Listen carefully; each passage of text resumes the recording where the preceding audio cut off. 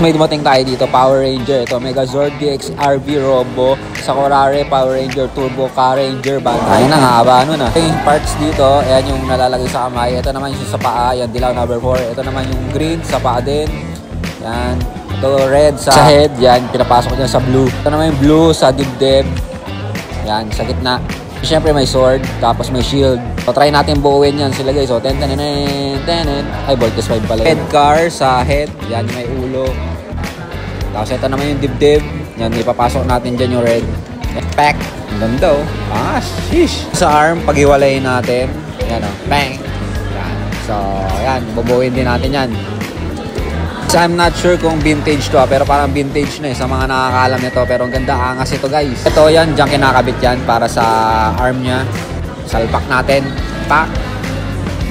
Wala sa timing. Ito pa isa. Pack. Ay. Wala na naman sa timing. Ito yung green sa paa. Kabit natin. Ito naman yung yellow sa paa din. Kabit din natin. Yan. Transform na siya. Sabi guys, angas ito. Sa mga collector ng mga Sentai, mga Power Ranger. Ganda. Search ko sa eBay, nasa $210 siya. Patak sa peso ng mga 12K. Angas nito guys oh.